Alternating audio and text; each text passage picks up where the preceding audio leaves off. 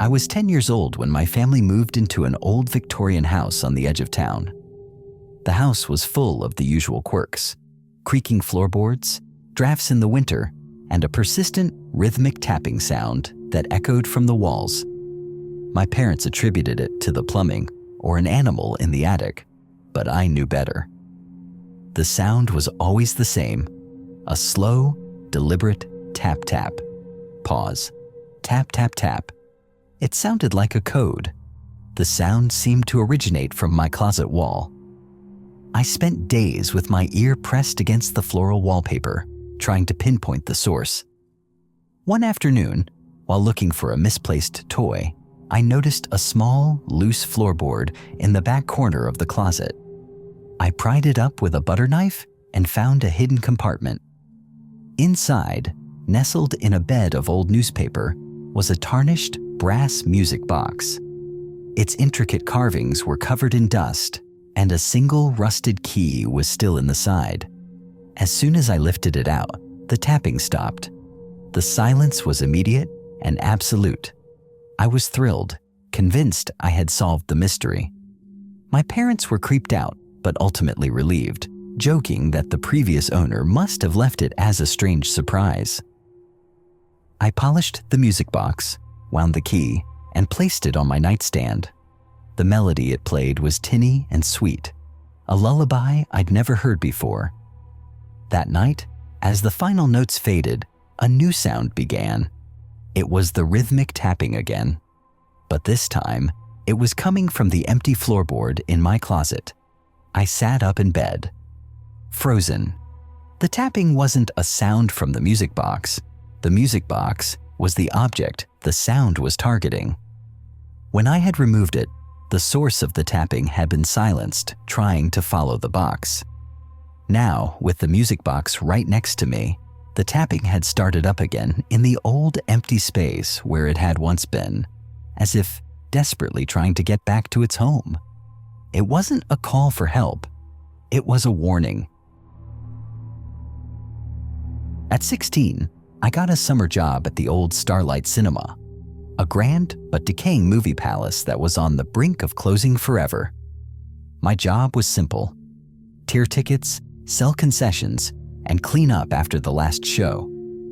The other employees told me the projection booth was haunted, filled with the ghosts of forgotten films and old equipment.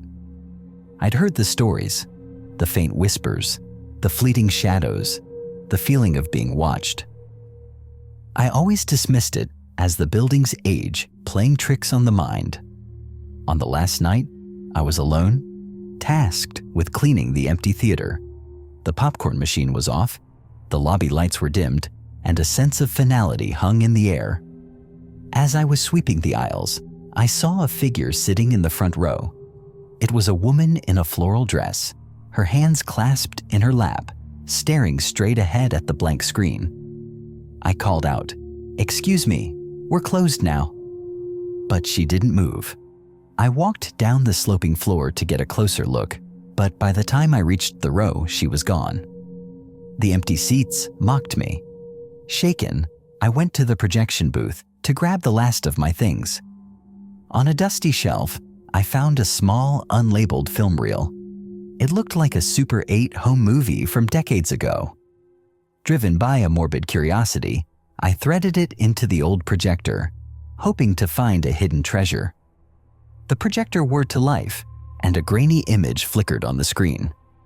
It was the theater manager, Mr. Henderson, with his wife and 2 young children, smiling and waving. The short film was silent, but it captured a beautiful, happy family memory. The last shot was a close-up of Mr. Henderson and his wife, still smiling, but her face had been meticulously and violently scratched out. I stared at the screen, horrified, as the reel ran out. That's when I heard it. A whisper, just behind me. "He never did like her face." I whirled around, but the booth was empty. The ghost wasn't a patron of the theater, and the film wasn't a happy family memory. The woman in the floral dress wasn't just a shadow. The final act of the film wasn't a nostalgic look back at the Starlight Cinema. It was a literal reenactment, of her murder. Mr. Henderson didn't just manage the theater. He managed her disappearance, and the projection booth was where the horrifying truth was silently hidden. The whisper wasn't a ghost of the past. It was a present, malevolent force. I was 21, in the middle of a cross-country road trip, and decided to stop for the night at a cheap motel in a dusty town I'd never heard of. The manager, a gaunt man with a strange, fixed smile, gave me a room key for number 13. He asked me a few questions about my destination and my travel plans. It was friendly enough, but the questions felt a little too specific, a little too personal. I chalked it up to small-town curiosity and headed to my room. The room was musty and smelled of stale cigarette smoke. The TV on the dresser didn't work, and I decided to just get some sleep. The motel was eerily quiet until around 2 a.m., when I was jolted awake by the sound of a heated argument coming from the room next door. It was a man and a woman shouting at each other, their voices muffled, but their anger clear. The fight grew louder, more frantic, and then, with a horrifying jolt, it stopped. The silence that followed was heavy and unnerving. I lay in bed, waiting for another sound, but there was nothing. The next morning, I couldn't get out of there fast enough. I went to the front desk, ready to tell the manager what I'd heard. The man behind the desk was different, a younger guy with tired eyes. I asked him if he'd heard the shouting from the room next to mine last night. He just stared at me, confused. "There's no room next to yours, sir.